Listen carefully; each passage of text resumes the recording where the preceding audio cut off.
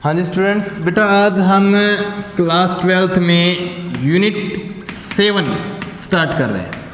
ठीक है, पार्ट 1। देखो 7th यूनिट का जो नाम है वो है हमारे पास पी ब्लॉक एलिमेंट।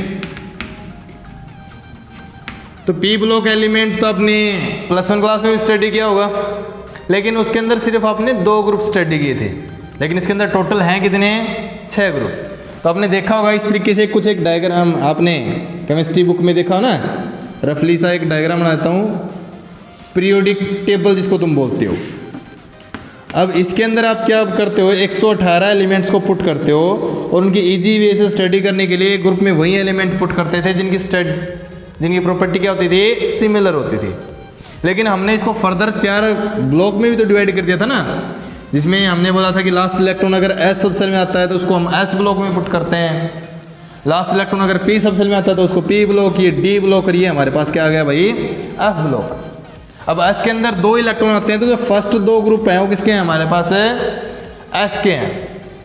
और जो डी में 10 तक इलेक्ट्रॉन आते हैं तो 3 से लेकर 12 तक जो ग्रुप हैं वो किसके हैं भाई, डी के। और पी में अगर मान लो 6 इलेक्ट्रॉन आते हैं तो लास्ट के जो 6 ग्रुप बच गए 13 से 18 तक है वो किसके बच जाते हैं हमारे पास भाई, पी के। आगे बात समझ मित्रा। अब बात आती है कि जी हमने एस ब्लॉक एलिमेंट्स को स्टडी कर लिया था +1 क्लास में, डी ब्लॉक और एफ ब्लॉक हम नेक्स्ट यूनिट के अंदर स्टडी करेंगे। पी के हमने 2 ग्रुप स्टडी कर लिए थे, बोरोन फैमिली, कार्बन फैमिली। बाकी की जो हमारे पास नेक्स्ट जो बचती हैं, नाइट्रोजन फैमिली बचती है, मतलब 15, 16, 17 और 18 ये ग्रुप हम इस क्लास के अंदर स्टडी करेंगे। तो ये हमारे पास nitrogen family, 16th oxygen family, ये हेलोजन फैमिली, और ये हमारे पास नोबल गैस, ऐसे बोलते थे तुम, है ना। तो यहाँ पर आपको एलिमेंट्स को याद रखना पड़ेगा कि भाई नाइट्रोजन फैमिली में कौन से एलिमेंट है। भाई जैसे आप ट्रिक यूज़ करते थे +1 में, भाई फर्स्ट ग्रुप को आप याद रखते थे हेलिना की रब से फरियाद से, अपने ट्रिक यूज़ कर रखी है, तब ट्रिक यूज़ करो चाहे कैसे भी करो, लेकिन आपको एलिमेंट्स के नाम याद होने चाहिए। ठीक है, जैसे कि अगर हम बात करें नाइट्रोजन फैमिली की तो जी इसमें कौन सी ट्रिक यूज़ कर सकते हैं, तो नाना, पाटेकर, ऐश्वर्या, सभी, बीमार। आपको एलिमेंट्स के नाम ना पता होना चाहिए कि जिसको क्या बोलते हैं, लेकिन आपको सिंबॉलिक फॉर्म में याद होना चाहिए कि बिस्मिथ सबसे नीचे आता है, बीआई सबसे नीचे आता है, क्योंकि ट्रेंड के ऊपर क्वेश्चन आएगा।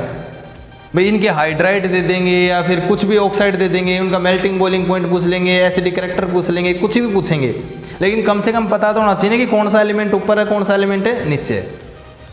अब इस ट्रिक से ये तो याद हो गया कम से कम। अब नाम भी देख लो, ये कौन सा हमारे पास है, nitrogen, phosphorus, arsenic, antimony and bismuth. Same उसी तरीके से इसके लिए कौन सी ट्रिक यूज करेंगे, ओम, साईं, सीता, तेरी पूजा करूं। ठीक है, ऑक्सीजन, सल्फर, सेलेनियम, तेलुरियम, पोलोनियम। मैं फिर से बता रहा हूं बेटा, अगर कुछ डिफिकल्ट सा नाम लग रहा है कोई प्रॉब्लम नहीं है, बस ये पता होना चाहिए कि भाई पीओ नीचे है, सल्फर यहां पर है, ऑक्सीजन यहां पर है। हेलोजन फैमिली के तो सभी को याद हो ही जाते हैं, फ्लोरीन, क्लोरीन, ब्रोमीन, आयोडीन। इसमें नोबल गैस भी 10th क्लास से याद करते आ रहे हैं, helium, neon, argon, krypton, xenon, radon. वैसे कर सकते हो तुम, हर वजन, नहरा, अगर, कर, जीरो, रन पर आउट। ठीक है, लेकिन आपको ये एलिमेंट्स याद होने चाहिए, क्योंकि इस यूनिट में, ये यूनिट है तो बहुत सारी बड़ी, लेकिन इस यूनिट का एक बेनिफिट क्या है कि अगर हमने एक फैमिली को अच्छी तरीके से स्टडी कर लिया तो आगे की सारी फैमिली अपने आप याद हो जाएंगी, बिल्कुल सेम। जैसे कि हम +1 क्लासेस स्टडी करते आ रहे हैं ना, भी लेफ्ट राइट चलने पर साइज डिक्रीज होती है, तो ऑक्सीजन से फ्लोरीन चलेंगे तो भी साइज डिक्रीज होगी, भाई आगे वाले की तो साइज सबसे बड़ी होती है। ये फैमिली छोड़ देना, नोबल गैस, इसकी तो अलग ही स्टडी करेंगे, क्योंकि सबको पता है कि नोबल गैस रिएक्शन तो करती नहीं है, तो इसका तो बिहेवियर है वो इनसे बिल्कुल डिफरेंट है। लेकिन यहाँ तक रीजन क्या रहेंगे, सभी के सेम रहेंगे। अब हाइड्राइड में भी जैसे कि मैं इनके हाइड्राइड बनाऊंगा, अब उस हाइड्राइड का मेल्टिंग बॉइलिंग पॉइंट अगर अप टू डाउन चलने पर इंक्रीज होता है ना, तो इसके हाइड्राइड का ही melting point boiling point increase होगा, और ऊपर से रीजन भी सेम, रीजन भी सेम। सिर्फ बस आपको ये चेंज करना पड़ेगा कि the melting boiling point of hydride of 15th group की जगह 16th ग्रुप लगाना पड़ेगा, 17th ग्रुप यूज करना पड़ेगा, लेकिन रीजन सेम और जो ट्रेंड होता है वो भी बिल्कुल सेम पाएगा। तो इसका मतलब क्या हुआ जी, हम एक फैमिली को अच्छी तरीके से स्टडी कर लेते हैं, बाकी के अपने आप हो जाएंगे। आई बात सुनने? तो चलो हम थोड़ा सा और डिस्कस करते हैं इसके अंदर। ये नोबल गैस बोलते हैं इनको, ये जनरल इंट्रोडक्शन के लिए वैसे क्यों बोलते हैं इनको नोबल गैस। तो आपने 10th क्लास में स्टडी किया था कि जी ये रिएक्शन नहीं करती। क्यों नहीं करती भाई? क्योंकि स्टेबल होती हैं। क्यों होती है स्टेबल? क्योंकि इनके आउटर मोस्ट सेल में 8 इलेक्ट्रॉन प्रेजेंट होते हैं। ठीक है, तो हमारे पास एक ऑक्टेट रूल आया था जिसने क्या बोला था कि अगर किसी एलिमेंट के आउटर मोस्ट सेल में 8 इलेक्ट्रॉन आ जाते हैं, या फिर जैसे हीलियम है, हीलियम लिथियम, इनके लिए क्या रूल लगता है? डुप्लेट रूल लगता था कि अगर इनके आउटर मोस्ट में 2 इलेक्ट्रॉन हो जाते हैं तो वो क्या होते हैं? स्टेबल होते हैं, रिएक्शन नहीं करते हैं, इसलिए इनको क्या बोलते हैं? Noble gas. अच्छा, इसका नाम क्या होता था? हेलोजन। 17th फैमिली का नाम क्या है भाई? हेलोजन।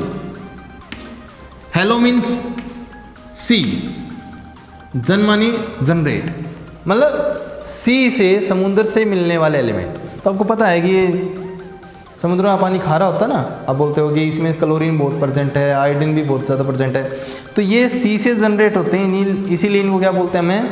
हेलोजन। एक इसका नाम हो जाएगा कैल्कोजेंस।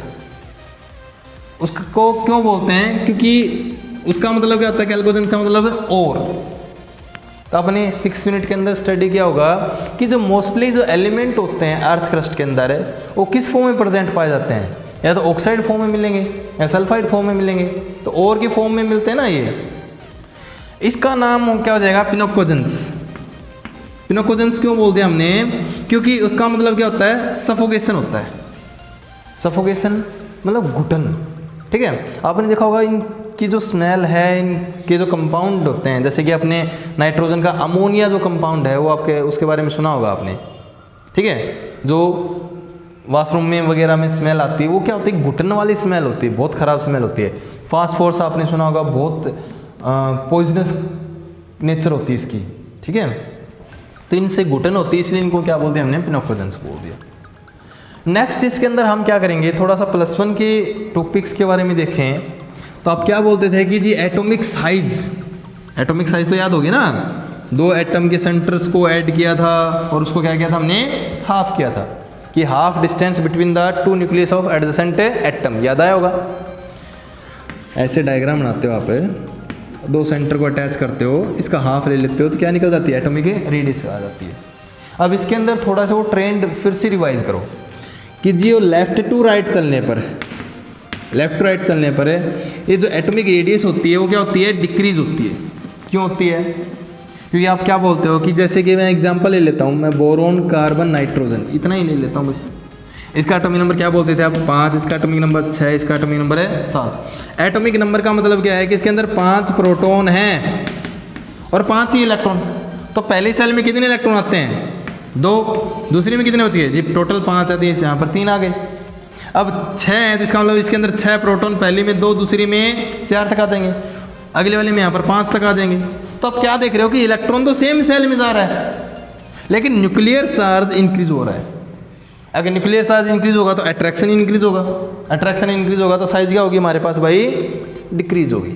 तो लेफ्ट टू राइट अगर साइज डिक्रीज होती है तो सीधी सी बात है, आपसे कंपेरिजन में पूछे कि जी explain the variation of size of 15th family, तो आप क्या दोगे कि as comparison to 14th family, 15th family having a smaller size, smaller atomic radius.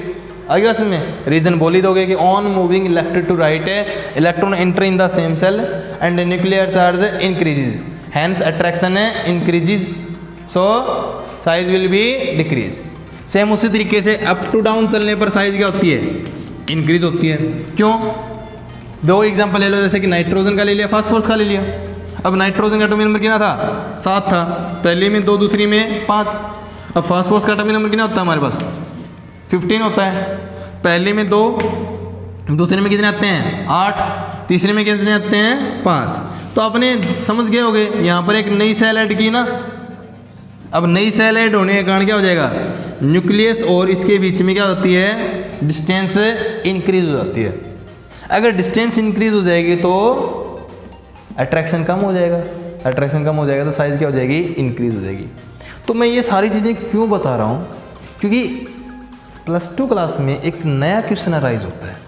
और वो क्या अराइज होता है कि जब हमने एक प्रोटॉन इंक्रीज किया, मात्र एक प्रोटॉन इंक्रीज करते ही साइज डिक्रीज कर दी। यहाँ पर तो 8 प्रोटॉन इंक्रीज हो रहे हैं, आगे तो 18, यहाँ पर तो 32 ही इंक्रीज हो गए। जब एक प्रोटॉन के कारण इतना अट्रैक्शन बढ़ गया तो 32 प्रोटॉन के कारण कोई इफेक्ट नहीं, अट्रैक्शन तो 32 गुना बढ़ना चाहिए था, है ना। तो फिर भी साइज इंक्रीज क्यों हुई?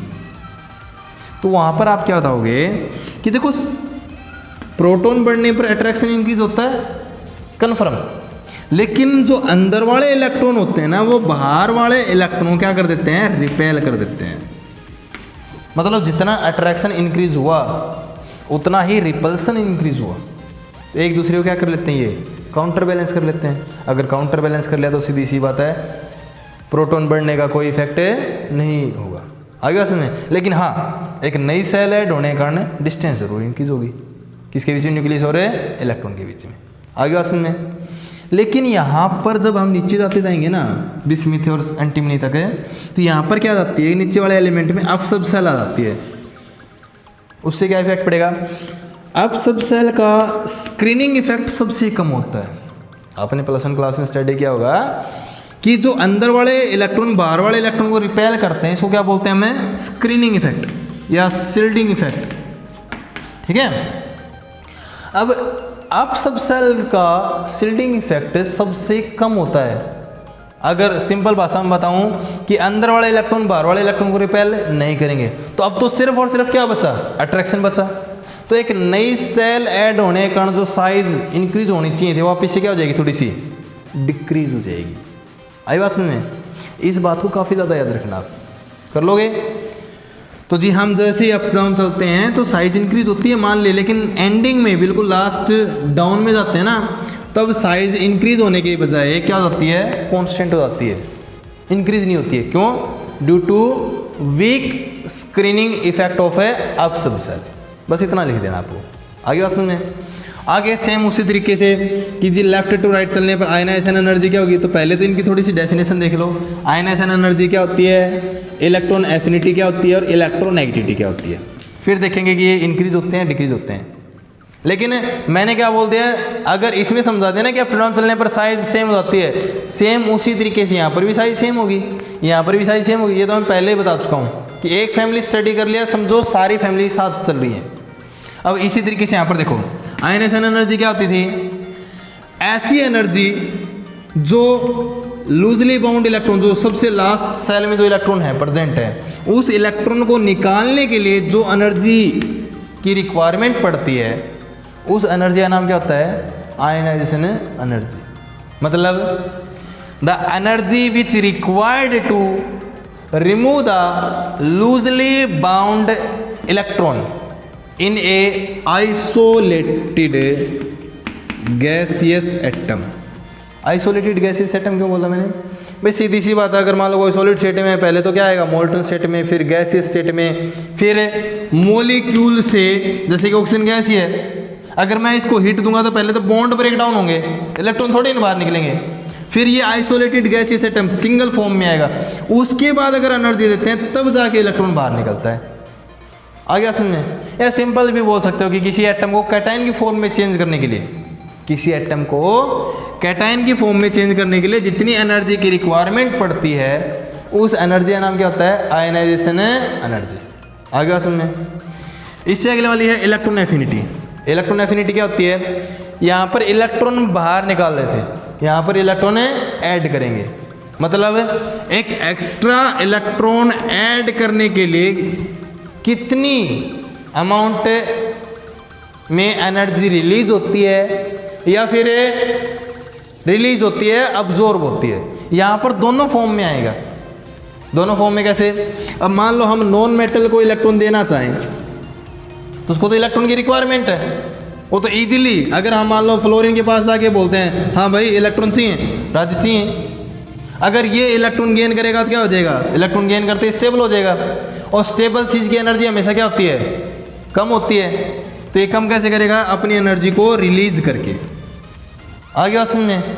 लेकिन अगर यही बात मैं सोडियम से पूछता, हाँ भाई सोडियम इलेक्ट्रॉन चाहिए, क्या कहेगा? मेरे वाला एक्स्ट्रा है भाई, मैं खुद ही लॉस करने के लिए एलिमेंट्स को देख रहा हूँ कि कोई मेरा इलेक्ट्रॉन ही गेन कर ले। अगर मैं इसको इलेक्ट्रॉन देना चाहूँ तो मना कर देगा ना। और अगर कोई राजी खुशी इलेक्ट्रॉन नहीं ले तो हम क्या करते हैं?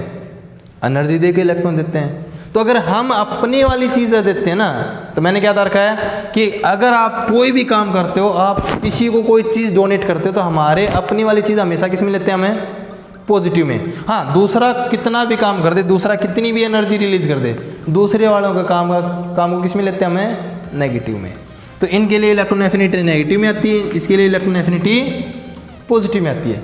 तो कितनी अमाउंट ऑफ एनर्जी रिलीज होती है या अब्जॉर्ब होती है during the addition of extra electron in a isolated gaseous atom to make it A9.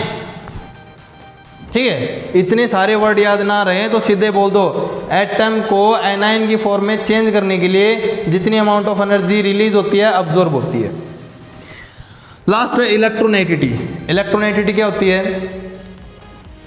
कितनी फोर्स ऑफ अट्रैक्शन से इलेक्ट्रॉन को अपनी तरफ अट्रैक्ट कर रहा है। यहाँ पर हम इलेक्ट्रॉन को ऐड कर रहे थे, यहाँ पर ये इलेक्ट्रॉन को क्या करता है? अट्रैक्ट करता है। जैसे कि आपने देखा होगा कि HCl में यहाँ पर वैसे तो कहने को तो क्या आता है? क्लोरीन हाइड्रोजन क्या कहेगी?